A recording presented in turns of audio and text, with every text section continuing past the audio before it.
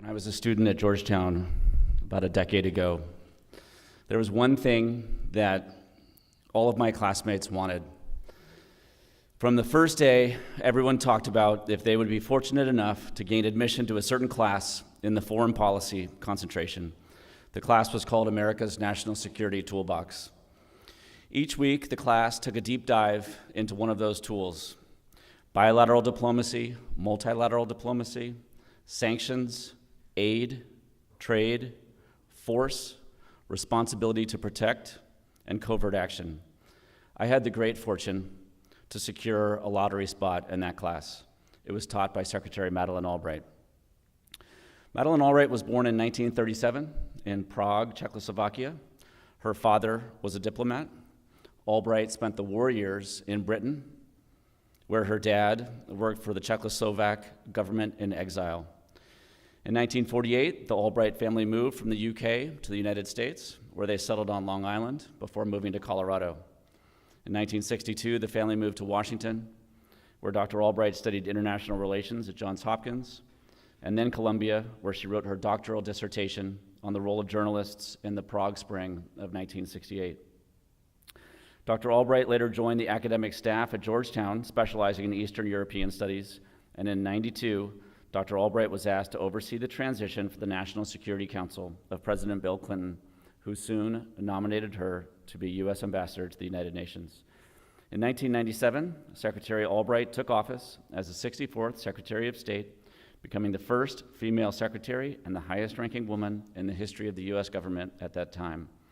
In 2001, Dr. Albright founded the Albright Group, a strategy consulting firm.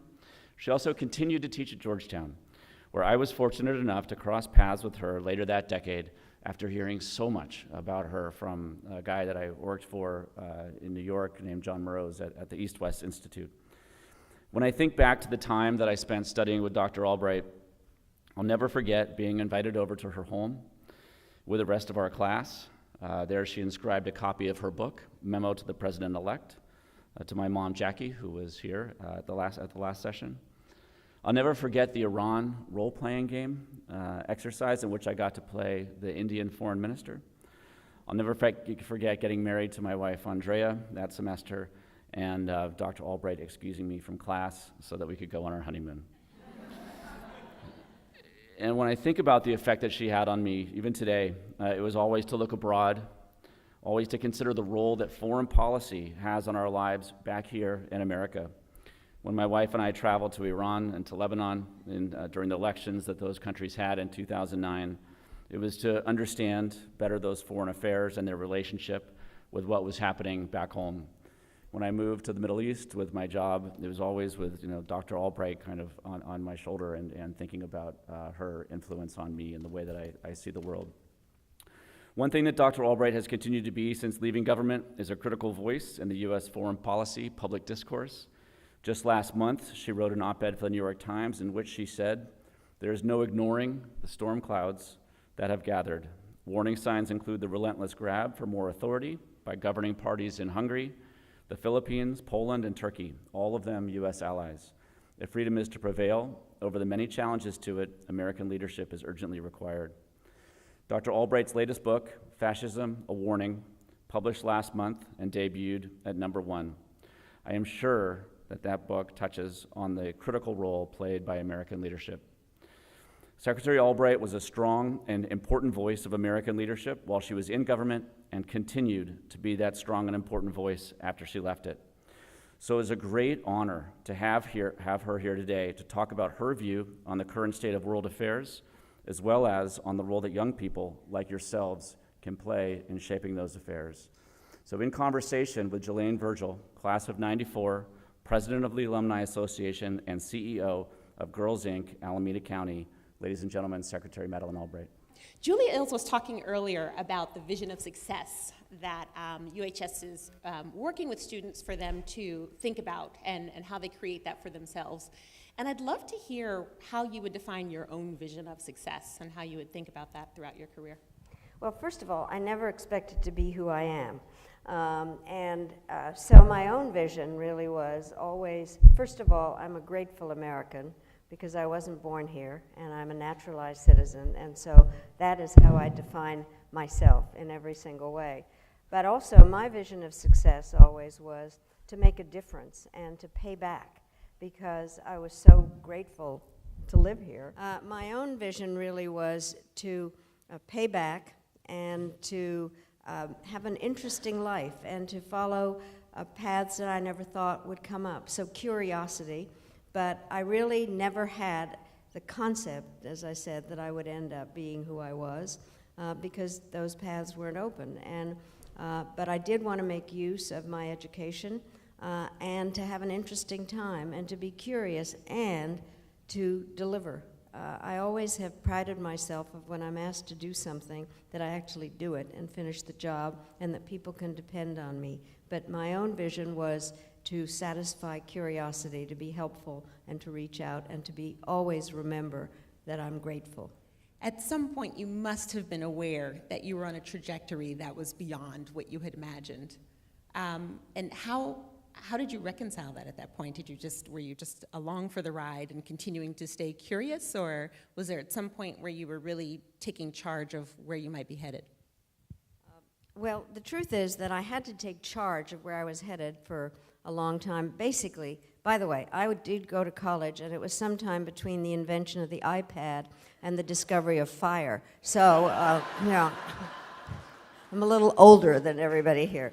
And so nobody, I have to say that, is that nobody expected a woman to do these kinds of things. And I did go to a girls' school. This is a great, wonderful high school. I went to a small high school in Denver, Colorado, where we had 16 girls in our graduating class. And then I did go to a women's college, Wellesley, and we were expected to be leaders. But also, our graduation speaker was the Secretary of Defense, whose daughter was in our class, and he actually said the following thing, which is, your main obligation is to get married and have interesting children. So the fact that we didn't all walk out, anyway. And I had decided I wanted to be a journalist, actually, and I was on my college paper, and I married a journalist, and while he was in the Army, I worked in a small paper in Missouri. Then we moved to Chicago, where he already had a job on the newspaper, and we were having dinner with his managing editor, and he looked at me and he said, so what are you going to do, honey? I said, I'm going to work on a newspaper, and he said, I don't think so. You can't work on the same paper as your husband because of labor regulations, and even though there were 3 other papers in Chicago at the time, and he said, and you wouldn't want to compete with your husband, so go find something else to do. I know what I'd say now, or what many of you would say, but I saluted and found another job. I went to work for Encyclopedia Britannica. It's a book. You know,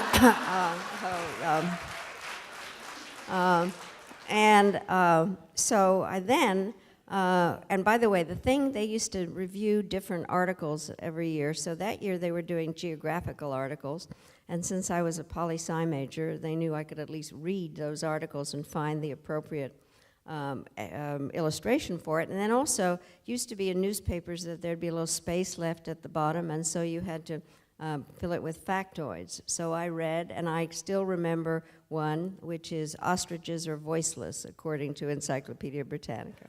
So anyway, we then moved to Long Island, and I had twins, and so I have to fully admit that they were premature, I was bored, and I started taking Russian for 8 hours a day for 8 weeks. And so that made me want to go to graduate school. And so my plan at that point was to become a professor. That was really what I wanted to do. And then I had always been fascinated by politics, and that was kind of my outreach to the outside world. And so when we moved back to Washington, I was able to begin getting involved in politics. And it was that combination of politics and foreign policy, and that's when I kind of took a hold of my life. And what I did was, I finally finished my PhD. It took me forever. I'm not a good example of that. But I did find a job, and Dr. Fraser, same thing in terms of having been on Capitol Hill. I worked for Ed Muskie, and I was able to do foreign policy. And then, one thing, just to remember to be nice to your professors, because Zbigniew Brzezinski at Columbia had been my professor. He became National Security Advisor. He called me up and he said, so Madeleine, maybe you've heard I've been named National Security Advisor.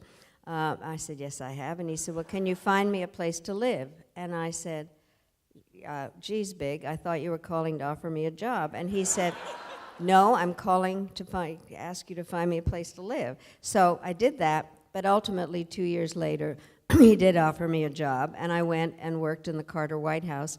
And so that is when I began to take some control, but mostly, and this is my lesson, is I was able to take advantage of opportunities. And when people wanted something done, I was able, as I said, to deliver. And so that is what was my future. The thing that happened was that I first met President Clinton when he had come. He was Governor Clinton at the time, came up to train Michael Dukakis before his debate prep.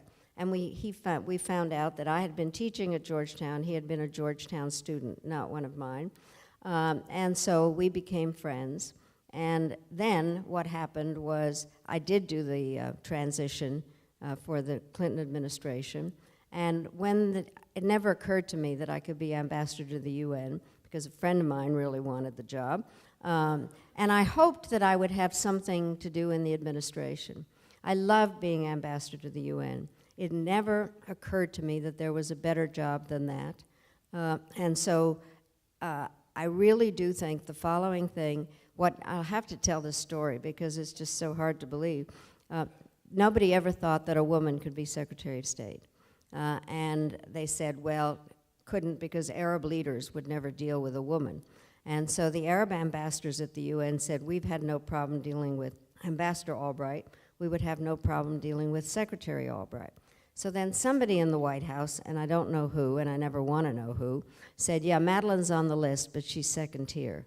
So I thought there would be no way that I would ever become Secretary of State. So I'm in my office in New York, and I get a phone call from the Chief of Staff, and he says to me, if the President of the United States were to call you tomorrow morning, would you take the call? If the President of the United States were to ask you to be Secretary of State, would you say yes? So what happened is he said, go home to Washington. The President will call you in the morning. So I go home. I'm just freaked. And I was so nervous, I couldn't stay at home by myself. So I asked my Chief of Staff, Elaine Shokus, to be there. And I forgot when I woke up in the morning that I was dealing with President Clinton, who never got up early. And I was even afraid to take a shower. And I sat there in my pink bathrobe and waited, and I kept saying to Elaine, he's changed his mind, he's changed his mind. And so finally the phone rings, and the White House operator, hold for the President of the United States. And then they put horrible music on, and I thought he has definitely changed his mind. And so then when he said, will you be Secretary of State, I finally believed it, and that's when I really realized I could take hold of my life.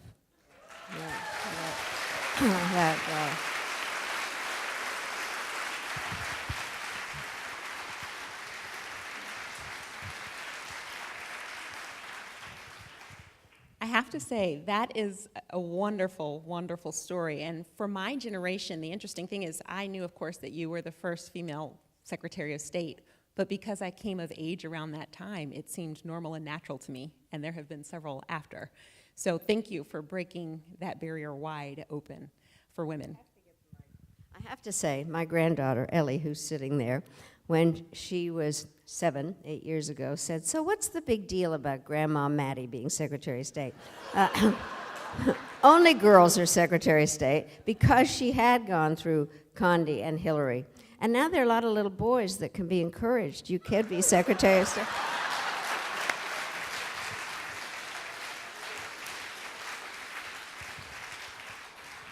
That's great.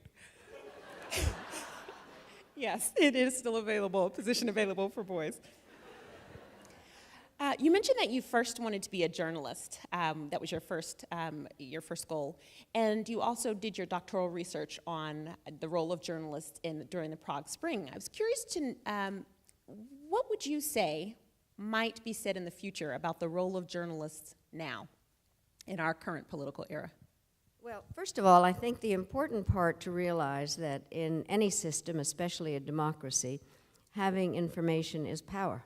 And that the question is how one acquires the information and what is the information. And so I got very interested in especially what was happening during communist periods, because the thing that was interesting then is that people actually knew what the truth was because they were getting information from Radio Free Europe and Voice of America. And the official press was writing the lies that the government was telling them to write. And it was not until the press became uncensored and they started writing what it was the people already knew that I found particularly interesting.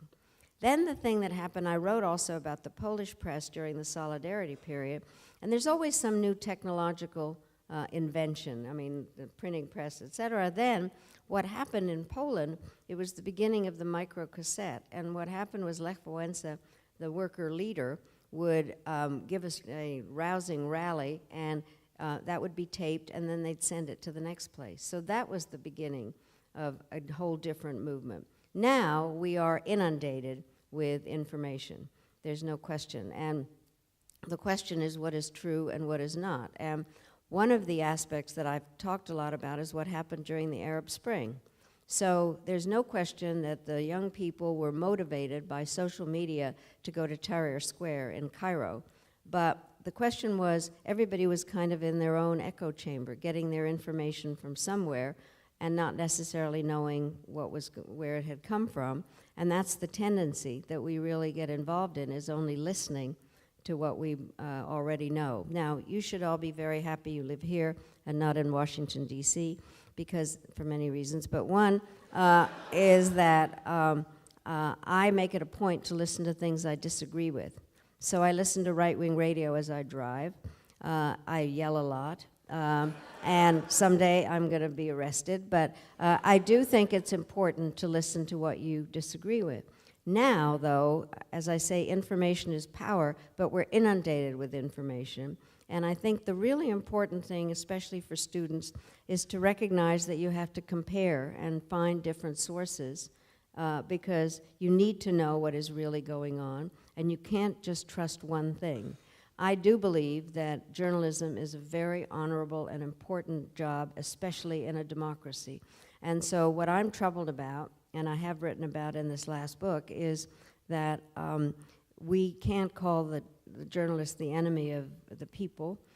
They are our source of information and our source of being able to be really good citizens. So I do hope that as you all do a lot of reading and looking, that you really understand that finding the information and verifying it by looking at a lot of different sources is the answer to being a good and useful citizen.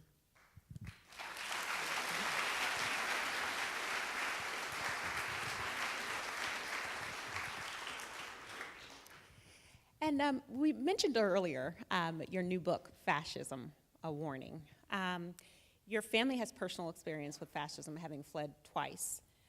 What do you think is our misperception as Americans about fascism? Well, I think that I actually have asked my students a lot now as to whether they ever think fascism can come to America. And I was very surprised that some of them said yes, actually. Because I think that we see fascism generally as the horror that happened during World War, before, leading up to, and World War II. And the thing I decided to do was, my book is fairly historical in terms of looking at the history, and it began with Mussolini.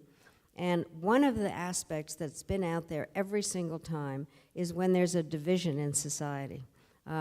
Every society has a certain amount of divisions, and the part of it is that the fascist leader, what he does is to align himself with one group, which is usually some kind of tribal or national group, against another group, and makes sure that that other group has no powers whatsoever, no individual rights. And that's what happened in Italy.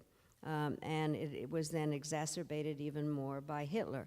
The thing that was interesting, and I did a lot of great quotes, but I think Mussolini had one that really describes things well, which is and it's what he did. You can pluck a chicken one feather at a time, and nobody will notice. And so I have been looking at the feather plucking in a variety of countries, some of them, as Justin mentioned, in terms of Poland and Hungary and Turkey, some in the Philippines, some in Venezuela. And I am concerned about some of the aspects here, because there's no question that there have been divisions in our society. They have been exacerbated by the current leadership, and there is this turning of one group against another, of vilifying the press as the enemy of the people, of disrespecting democratic institutions, and then not paying attention to what the people are saying, and then having a lot of rallies where there's simplistic slogans and some encouragement even for violence. And so I am concerned. And you know that saying, see something, say something? I've added to that. I'm now saying do something. And so I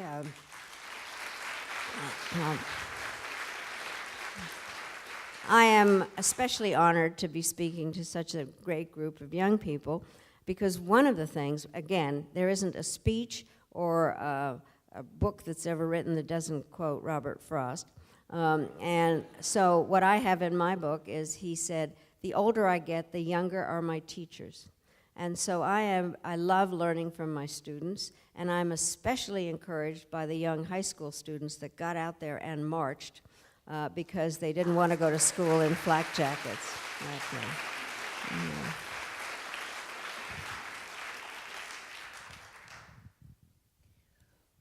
What would you, when you think about the world that the young people are inheriting as they think about leaving school and going out into the world, what would be your advice to them, your cautions and your advice? Well, first of all, I have to tell you, the world is a mess. That's a diplomatic term of art. And partially that I think, and just because I am a professor, I have to put something in historical context, we're kind of in the third era after the end of World War II. After World War II, we lived during the Cold War, and the world was divided into the red, white, and blue, and a lot of our policies, the National Security Toolbox, was in fact set up to get countries to be on our side while the Soviets did the same thing. With the end of the Cold War, and the wall coming down, there were all kinds of incredible opportunities to see what the international system really should look like. President Clinton was the first one to say that the U.S. was the indispensable nation. But I said it so often that it became identified with me. And so when I was at the UN and then later as secretary, it was really trying to sort out a way that we could have a system that more countries would be a part of, where people saw the benefits of globalization and technology. President Clinton kept building bridges to the 21st century, and really it was a very forward-looking kind of period. We're now, since 9/11, in a period of complete confusion because we are concerned that the institutions don't work, that there are the feathers being plucked in different places. We don't know where we're going with things. And I must say, one of the things, I hate to even use this example because it's purely plagiarized, I admit that. I got it in Silicon Valley, which is that people are talking to their governments on 21st century technology. The governments listen to them on 20th century technology and are providing 19th century responses. So there is no faith in institutions. And so the thing that I think is really important now for this generation is to realize that nothing works if you don't take part in it. And it requires a knowledge of what has happened and an understanding of where you want to go, but you cannot just decide, I'm going to wait till this is over. Normalization of the mess that we're in, and that it really does require active searching for answers in whatever area you're in, because part of the thing that is so exciting is that there are so many needs in various areas, whether it's physics or poetry, or in fact trying to figure out what career you want to follow, and to do something. I have one real talent, and that's dot connection. And it may be rationalization, because I do so many different things, is how they connect to each other. And to keep finding the connection and to be activists. There is nothing more boring and useless than sitting back and waiting for something to happen. And so there's nobody that is better suited to getting out there and getting involved than young people, because I have to tell you, we've screwed it up, and it's now up to you. Great.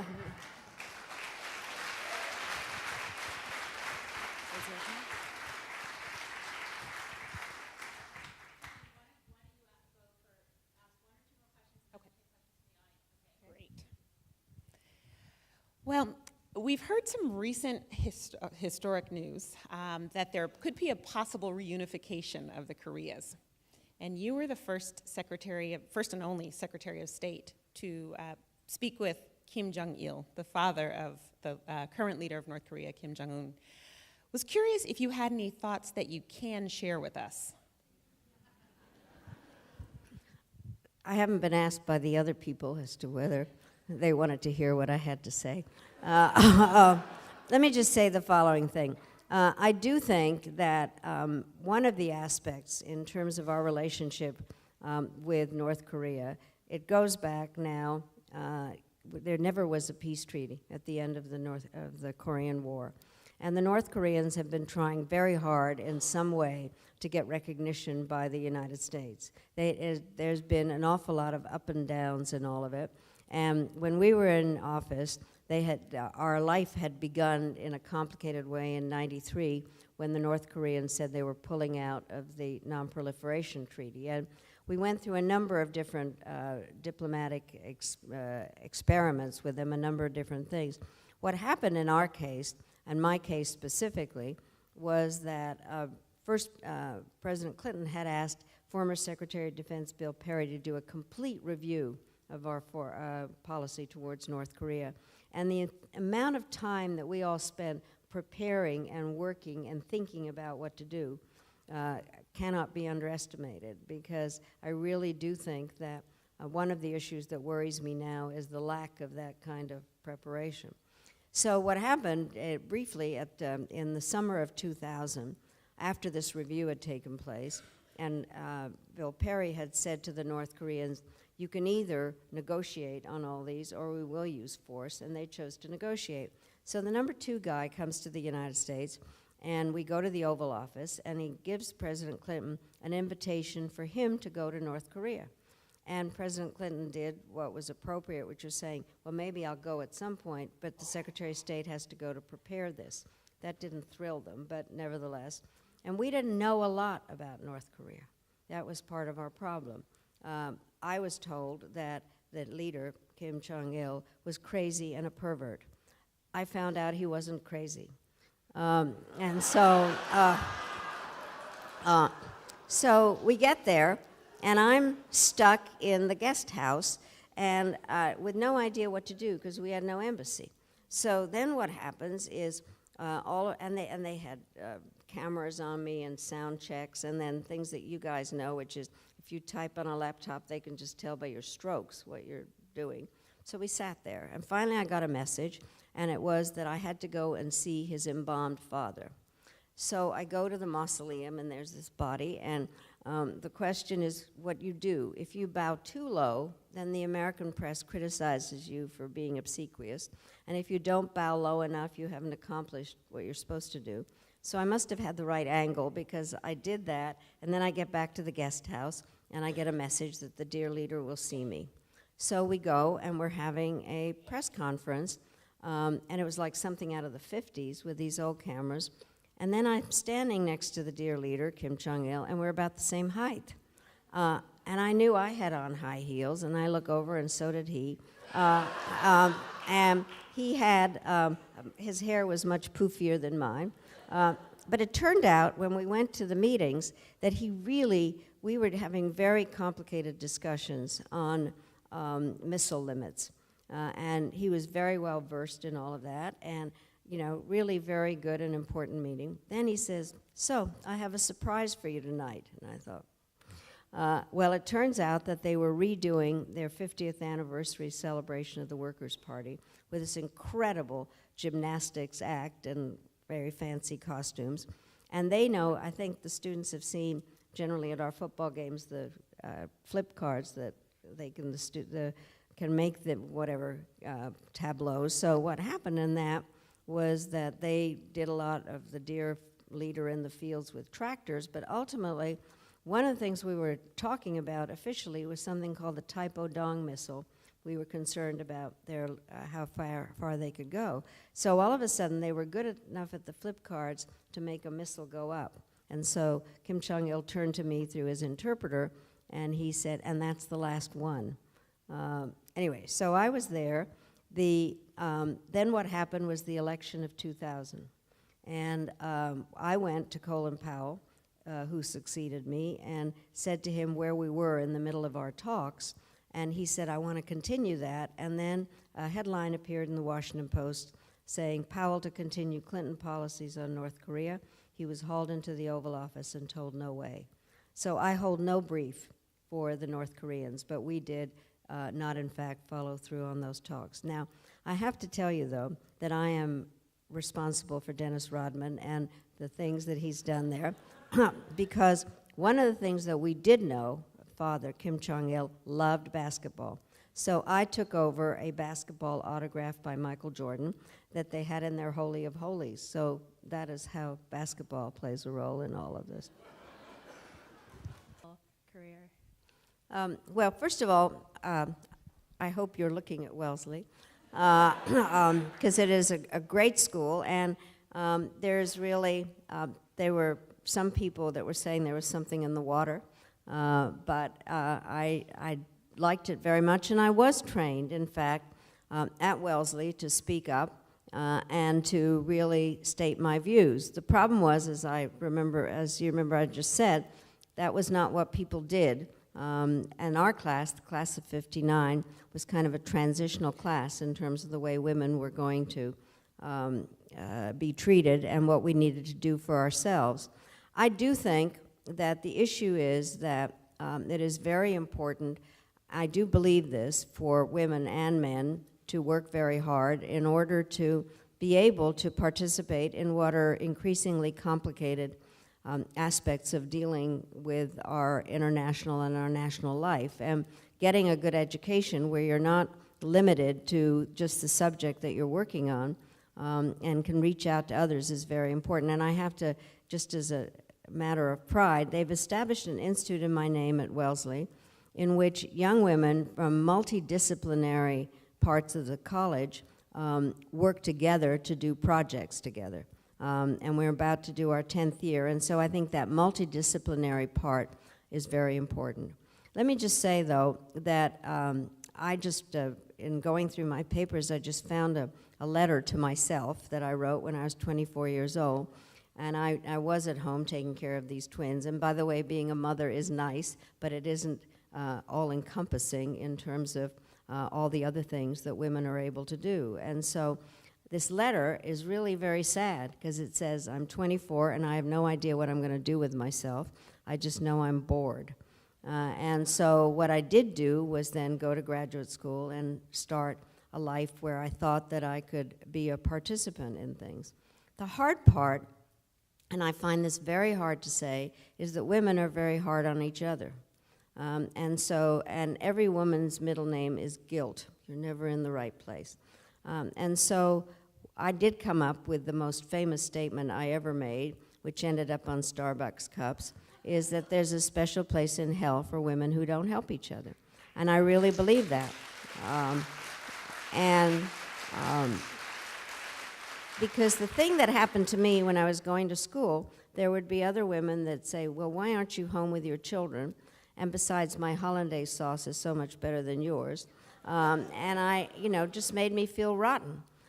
Or there were women that had a way of projecting their own weakness on other women. I was campaigning with Geraldine Ferraro when she was running for vice president, and we were somewhere in the Middle West, and this woman came up to me and said, how can she talk to Russians? I can't talk to Russians. Well, nobody was asking this other woman to do that. And so we should not be so hard on each other. I think that's the main part. And I also think that there really needs to be a way to be a mentor to other women, to be a help to other women. And what I did, frankly, I do like group support.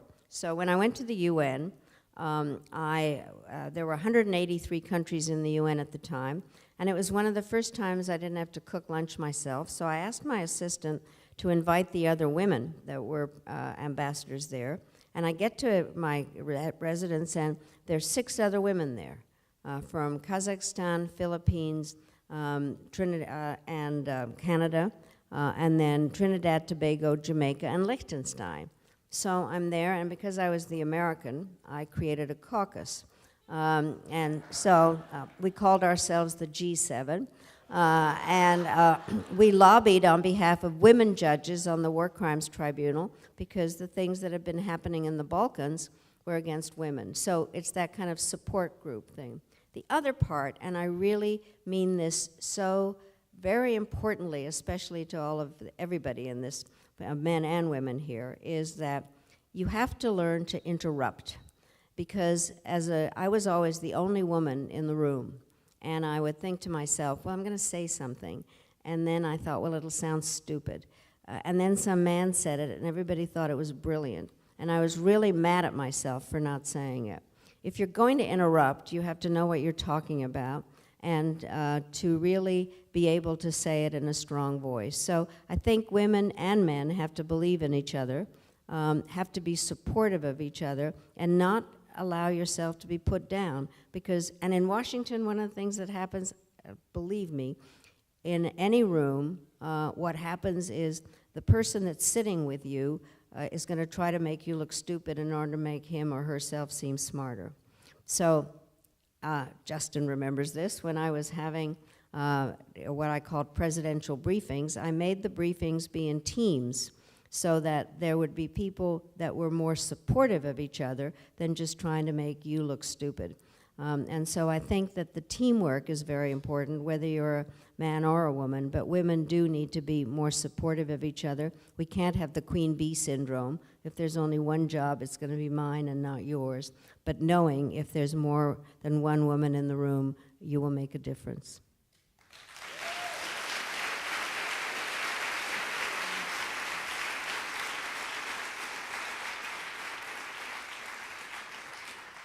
Okay, I regret that we don't have time for more questions, but here's our second student question.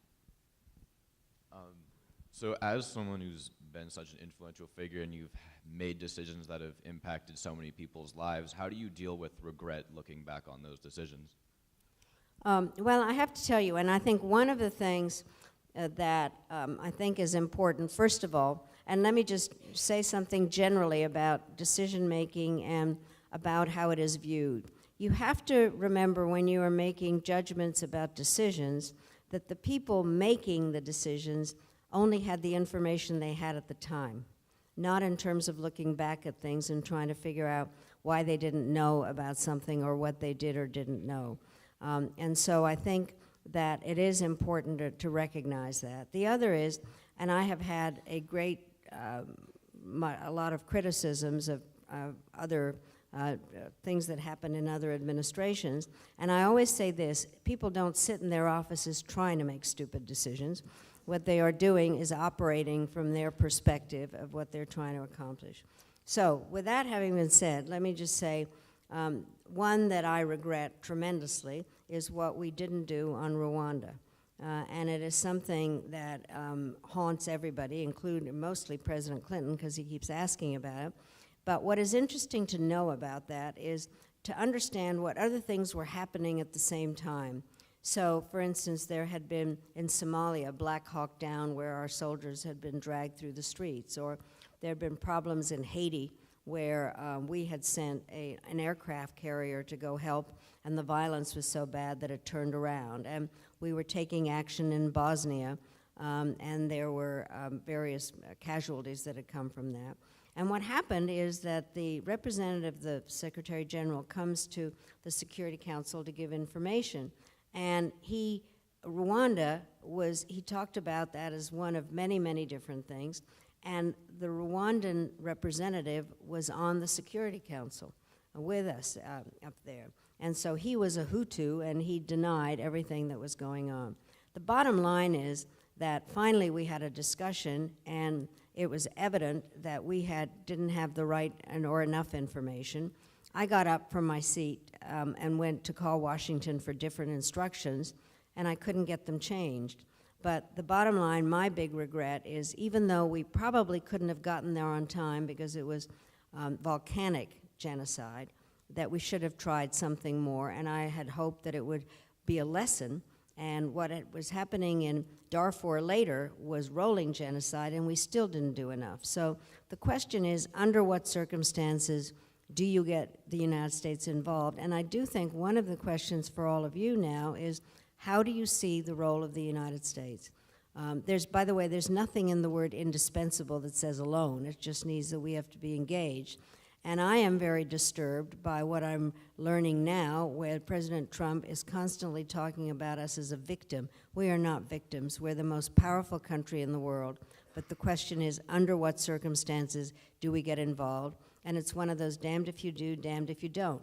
If you don't get involved, you're blamed and asked. I often just flat out get asked about Rwanda. And if you do get involved, then you're blamed for screwing up in terms of some of the things that happened in Libya. So decision-making is very hard. You have to understand the unintended consequences of your decision, and you have to understand something that I now say. Everybody says decision-making is like a game of chess. That isn't what it is. It's billiards, pool, where there's a bunch of balls in the middle of the table, and somebody picks up a cue and tries to get the ball into a pocket across, but it hits a lot of other balls as it gets there. It's dynamic and horizontal, and your decision in one area will affect something else.